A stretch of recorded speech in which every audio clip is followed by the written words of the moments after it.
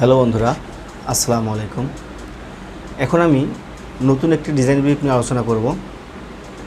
আমরা দেখব যে এই ডিজাইন ব্রিফের মধ্যে কোথায় কি আছে। তো চলুন আমরা সরাসরি কম্পিউটার স্ক্রিনে চলে যাই।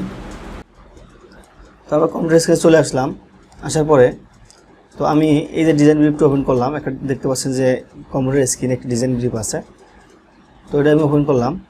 তো আমরা এখন এই যে ডিজাইন ব্রিফটা আছে এটা সম্পূর্ণ আলোচনা করব যে কোথায় কি লেখা আছে এবং কোথায় কিভাবে কি বুঝতে হবে এই বিষয়গুলো আলোচনা করব।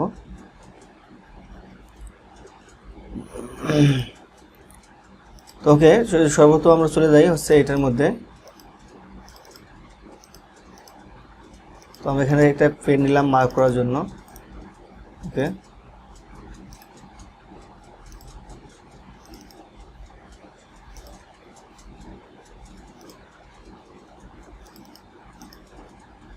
আচ্ছা একটা পেন নিলাম।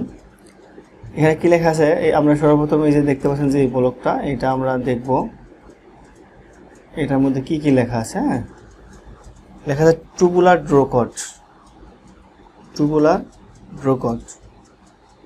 এখানে একটা চিহ্ন আছে @waistband in bright white hem and tack with DTM. Tubular draw cord মানে এখানে ওয়েস্টব্যান্ডে ড্র কোড হবে। @ওয়েস্টব্যান্ড মানে ওয়েস্টব্যান্ডের মধ্যে ড্র কোড হবে। ওকে, কি লেখছে ইন ব্রাইট হোয়াইট মানে এটা অবশ্যই হোয়াইট কালার হতে হবে। ইন ব্রাইট হোয়াইট কালার দিতে হবে। তারপর হচ্ছে হ্যাম অ্যান্ড টাক অ্যান্ড ডিটিএম।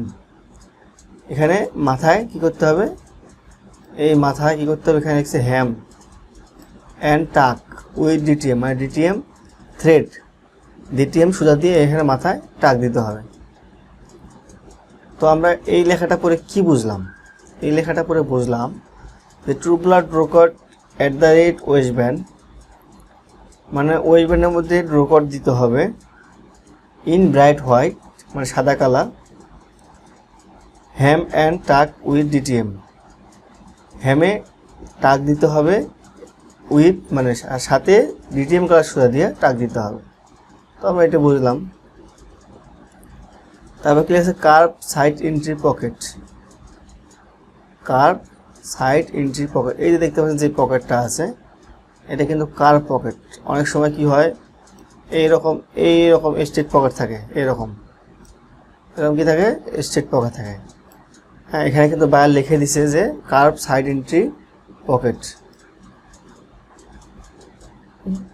এখানে সাইড এন্ট্রি পকেট কার্ভ হতে হবে। ওকে, তো আমরা এটা বুঝলাম এখানে শেপ পকেট দিতে হবে। তারপরে লেখা single needle stitch two side same মানে সাইড সেমে একটা টপ স্টিচ দিতে হবে, সিঙ্গেল নিডেল স্টিচ একটা দিতে হবে।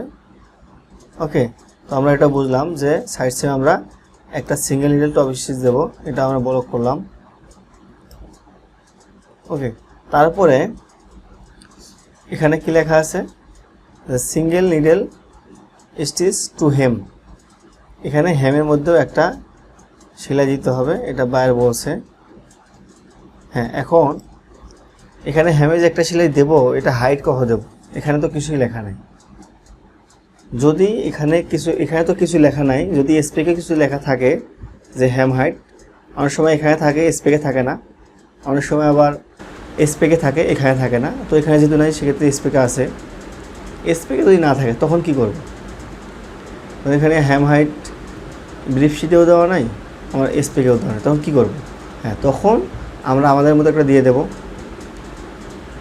তখন একটা দিয়ে ওটা বায়ের কাছে সাবমিশন করবো। এরপর যদি বায়ার কমেন্ট করে যে না আমরা 1.5 সেম দিয়েছি বা 2 সেম চাইছে, বা 1 সেম দিয়েছি বা 1.5 সেম চাইছে, বা 2 সেম দিয়েছি বা 1.5 সেম চাইছে, যদি এরকম হয় সেক্ষেত্রে বায়ার কমেন্ট করে দেবে। আর যদি বায়ের কাছে আমরা যেটা দেবো সেটা যদি বায়ের কাছে ওকে হয় সেক্ষেত্রে বায়ার ওইটাই অ্যাকসেপ্ট করবে। ওকে, তো আমরা এটা বুঝলাম। তারপর কি লেখা আছে যে ব্যারেল লেগ শেপ। আচ্ছা, তো এখানে অনেক সময় লেখা থাকে যে স্ট্রেট লেগও লেখা থাকে। এই যে যেমন যদি একদম সোজা লেগ হয়, হ্যাঁ সোজা, এটা আমার আঁকানোটা তেমন ভালো হয় নাই, যদি একদম সোজা হয়, এখান থেকে একদম সোজা, সেক্ষেত্রে কী হয়, লেখা থাকে স্ট্রেট লেগ শেপ। এটা কিন্তু কার্ভ আছে, দেখতে পাচ্ছেন সাইড সেমে কিন্তু অনেক কার্ভ। এই যে সাইড সেমে যে শেপটা আছে, এই শেপটাকে বলছে হচ্ছে ব্যারেল লেগ শেপ, মানে সাইড সেমে এরকম শেপ দিতে হবে।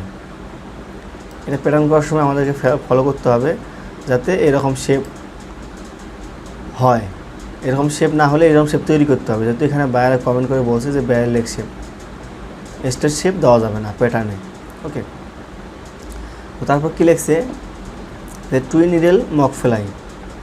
এখানে দেখেন, এখানে পিকচারে কিন্তু একটা সেলাই আছে, সেলাই কিন্তু একটা আছে, এখানে লিখছে টুইন নিডল মক ফ্লাই। সেক্ষেত্রে কোনটা প্রযোজ্য হবে, এখানে একটা বিষয় আছে। এখানে ছবিতে একটা সেলাই দেওয়া, এখানে লেখা আছে টুইন নিডল মক ফ্লাই। আর আমি যদি একটা সেলাই দিই তাহলে কিন্তু হবে না। কেন হবে না? কারণ বাইরে এখানে লিখে আছে টুইন নিডল মক ফ্লাই। ওই জন্য সবসময় লেখাটা আগে ফলো করতে হবে যে বাইরে কী লিখছে। ডিজাইনের ক্ষেত্রে একটু এদিক সেদিক হয়, কিন্তু লেখাটা ফলো করতে হবে যে লেখাটা কী আছে। ওকে, তো আমরা এটা বুঝলাম যেখানে যে স্টিচ আমাদের ডাবল স্টিচ দিতে হবে, টুইন নিডল যেহেতু এখানে লিখছে মক ফ্লাই। আর মক ফ্লাই বলতে কি? মক ফ্লাই বলতে এখানে কোনো ওপেনিং হবে না, এখানে কোনো খোলা থাকবে না, এটা একদম চাপা হবে, এটা হচ্ছে মক ফ্লাই। ওকে, তারপর কি লেখা আছে? Ground on. তারপরে আছে ground on elasticated waist band with self drawcord. Ground on elastic waist band মানে এই ওয়েস্ট ব্যান্ডে এলাস্টিক দিতে হবে। তারপরে উইথ চ্যানেল ড্রোকট, এবং ড্রোকটও দিতে হবে, চ্যানেল ড্রোকট। এখানে দেখেন একটা বিষয় দেখাইছে যে এই যে ওয়েস্টে কিন্তু এই মাথা দিয়ে স্টিচ নাম, স্টিচ কিন্তু এখানে দিয়ে, এখানে একটা স্টিচ, এখানে একটা স্টিচ, এখানে যেমন আছে ঠিক সেরকমভাবেই মেক করতে হবে। এখান থেকে এই গ্যাপটা সমান রাখতে হবে, প্লাস এখান থেকে এখানে গ্যাপটা সমান রাখতে হবে। আর মাঝখানে যে হোলের যে লেন্থ আছে 1.5 cm, সচরাচর আমরা 1.5 cm হোলের লেন্থ দিই।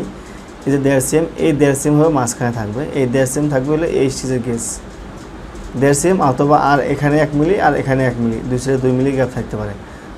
গ্যাপ দিয়ে এখান থেকে এদিকে একটা স্টিচ হবে, এখান থেকে এদিকে একটা স্টিচ হবে, এবং ওয়েস্টের একদম এজ বরাবর আরেকটা স্টিচ হবে। ওকে, তো আমরা এটা বুঝলাম। তো আমরা কী বুঝলাম আরেকবার একটু রিভিউ করি। সেটা হচ্ছে এখানে আমার ওয়েস্ট ব্যান্ড হবে, ওয়েস্ট ব্যান্ডের মধ্যে কি আছে? এলাস্টিক আছে এবং হচ্ছে ড্রোকট আছে। ড্রোকট দিতে হবে এবং ফুল এলাস্টিক দিতে হবে। তারপর হচ্ছে কি লেখা আছে এখানে, এটা অবশ্যই হোয়াইট কালার দিতে হবে। তারপরে এসে মাথায় টাক দিতে হবে ডিটিএম গ্লাস শুয়ে দিয়া, এটা বুঝলাম। এরপর এটা বুঝলাম যে এই পকেটটা কার্ভ শেপ থাকতে হবে এবং সোজা শেপ দেওয়া যাবে না। তারপর কি বুঝলাম যে এখানে সিঙ্গেল নিডল স্টিচ, মানে সাইড সেমে একটা স্টিচ দিতে হবে, দুটো স্টিচ দেওয়া যাবে না, অথবা স্টিচ মিসিং করা যাবে না, অবশ্যই স্টিচ যেহেতু লিখছে অবশ্যই স্টিচ দিতে হবে। তো তারপরে কি লিখছে যে সিঙ্গেল নিডল স্টিচ, এখানে হ্যামে একটা সেলাই হবে। যদি হ্যাম হাইট মেজারমেন্টে দেওয়া থাকে সেক্ষেত্রে মেজারমেন্ট শিট ফলো করতে হবে, যদি ব্রিফ শিট দেওয়া থাকে সেক্ষেত্রে ব্রিফ শিট ফলো করতে হবে। তারপর ব্যারেল লেগ শেপ, এটা দেখছে যে ব্যারেল লেগ শেপ মানে এখানে অবশ্যই শেপ হতে হবে এরকম যেমন শেপ দেখাচ্ছে এরকম শেপ হতে হবে, স্ট্রেট করা যাবে না, নাহলে বাইরে অ্যাকসেপ্ট করবে না, যেহেতু এখানে লেখা আছে ব্যারেল লেগ শেপ। তারপর হচ্ছে টুইন নিডল মক ফ্লাই, এখানে লেখা আছে টুইন নিডল মক ফ্লাই, এখানে দেখেন ছবিতে কিন্তু নাই, কিন্তু আমাদের এখানে লেখা যেহেতু আছে সেক্ষেত্রে আমাদের এটা ফলো করতে হবে। এরপর কি লেখা আছে? এটা লেখা আছে, তো আমরা এখানে ground on elasticated waist band with channel drawcord, মানে এখানে ওয়েস্ট ব্যান্ড এলাস্টিক দিতে হবে এবং চ্যানেল ড্রোকট দিতে হবে। তো আমরা এই বিষয়গুলো লেখাগুলো কিন্তু বুঝলাম। হ্যাঁ, তো এই লেখাগুলো বোঝার পরে এখন কোন প্রসেসে কোন স্টিচ দেবো এটা স্যাম্পল মানে অবশ্য সে নিজেই জানে, তাকে বলে দেওয়া লাগে না, জাস্ট আমি আপনাদের সাথে এই বিষয়টি রিভিউ করতেছি। যে এখানে দেখেন ওয়েস্ট ব্যান্ড, হ্যাঁ ওয়েস্ট ব্যান্ডে কিন্তু সবসময় প্রোডাকশনের সুবিধার জন্য সবসময় চেইন স্টিচ ব্যবহার করা হয়। কিছু কিছু ক্ষেত্রে ওয়েস্ট ব্যান্ডের লক স্টিচ আছে, কিন্তু বেশিরভাগ ক্ষেত্রে ওয়েস্ট ব্যান্ডে চেইন স্টিচ ব্যবহার করা হয়। তো আমরা এটা বুঝলাম। তারপরে যে ফ্রন্ট পকেট রুলিংয়ে এটার মধ্যে অলওয়েজ কিন্তু লক স্টিচ ব্যবহার হয়, এখানে কিন্তু কখনো চেইন স্টিচ ব্যবহার করা হয় না এটার মধ্যে, এই স্টিচের মধ্যে। ওকে, তারপরে এই যে ফ্রন্ট রাইজে যে স্টিচটা আছে এটা হাই ক্লোজ অথবা ফ্রন্ট রাইজ যেটাই বলে না কেন, তো এই স্টিচটা সবসময় কী হয়, বেশিরভাগ ক্ষেত্রে লক স্টিচ হয়, কিছু কিছু ক্ষেত্রে চেন স্টিচ হয়, কিছু কিছু ক্ষেত্রে চেন স্টিচ হয়, বেশিরভাগ ক্ষেত্রে কী হয়, লক স্টিচ হয়। তারপর যে স্টিচ সবসময় লক স্টিচ হয়, এই যে স্টিচটা এটা সবসময় লক স্টিচ হয়। ওকে, তো তারপর কি আছে, সাইড সেম। এই যে সাইড সেম দেখতে পাচ্ছেন, এই সাইড সেম কিন্তু বেশিরভাগ ক্ষেত্রে আমরা কিন্তু অনেক লম্বা প্রসেস, ওই জন্য আমরা কী করি, চেন স্টিচ দিই। কেন চেন স্টিচ দিই এটা তো বুঝতে হবে। এই যে অনেক বড় একটা প্রসেস, হ্যাঁ, দেখলো মাঝখানে গিয়ে একটা স্কিপ পড়ছে অথবা একটা অল্টার হয়েছে অথবা যে কোনো প্রবলেম হয়েছে, এখন এই লক স্টিচ পুরোটা খুলতে কিন্তু অনেক কষ্ট হবে, প্রোডাকশনে গিয়ে অনেক কষ্ট হবে। এটা খুলে করতে গেলে ওর থেকে পাসেস বডি করতে পারবে। ওকে, তো ওই জন্য কী হয়, যখন আমরা চেন স্টিচ দিই তখন কী হয়, একটা টান দিয়ে কিন্তু চেন স্টিচ খুলতে পারে। তো আমরা কি সাইড সেম অবশ্যই চেন স্টিচ দেবো। এরপর কি আছে, বটম হ্যাম। হ্যাঁ, বটম হ্যামে কখনো চেন স্টিচ হয় না, এই কথা বললে ভুল হবে। হ্যাঁ, বটম হ্যামে চেন স্টিচ হয়, কিছু কিছু ক্ষেত্রে চেন স্টিচ হয়, বেশিরভাগ ক্ষেত্রে লক স্টিচ হয়। আমরা কি বুঝলাম তাহলে, বটম হ্যামে বেশিরভাগ সময়ই কী হয়, লক স্টিচ হয়, কিছু কিছু ক্ষেত্রে চেন স্টিচ হয়। ওকে, তো আমরা এই বিষয়গুলো ভালোভাবে বুঝলাম। তো আজকের কথা বাড়াবো না। তো বন্ধুরা, যদি আপনি আমার এই ভিডিওটি আমার ইউটিউব চ্যানেল থেকে দেখে থাকেন তাহলে অবশ্যই আমার ইউটিউব চ্যানেলটি সাবস্ক্রাইব করবেন এবং ভিডিওগুলোতে লাইক কমেন্ট শেয়ার করতে ভুলবেন না। লাইক কমেন্ট শেয়ার করে অন্যকে দেখার সুযোগ করে দেবেন। হতে পারে যে এই ভিডিওটি আপনার উপকারে না আসতে পারে, কিন্তু অন্য একজনের অনেক ভালো উপকার আসতে পারে। আর যদি ভিডিওটি আমার ফেসবুক পেজ থেকে দেখে থাকেন তাহলে অবশ্যই আমার ফেসবুক পেজটি ফলো দিয়ে রাখবেন এবং সেম ফেসবুক পেজের ভিডিওগুলো অবশ্যই লাইক কমেন্ট শেয়ার করতে ভুলবেন না। তো আজকের মতো এখানে শেষ করব। আসসালামু আলাইকুম।